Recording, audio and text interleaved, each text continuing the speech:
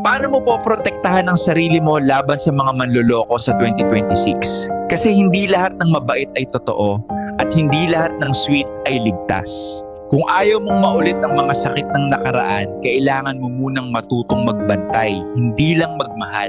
At tandaan mo to, hindi ka niloko dahil tanga ka. Niloko ka dahil mabuti kang tao. Una, huwag munang magtiwala sa salita lang.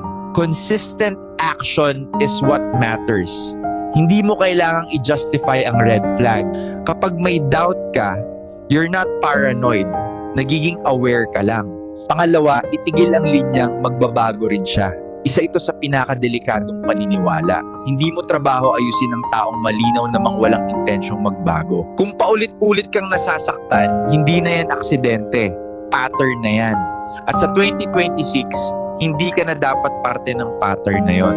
Pangatlo, piliin mo ang sarili mo.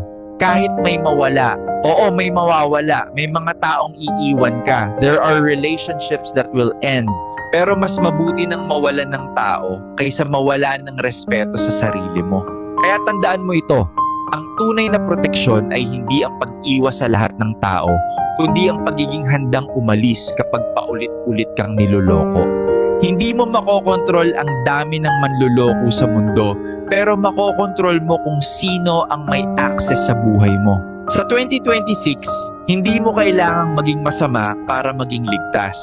Kailangan mo lang maging mas malinaw sa kung ano ang hindi mo tatanggapin. Lagi kang makinig at focus sa sinasabi sa'yo at kung sino ang pinapapasok mo sa buhay mo.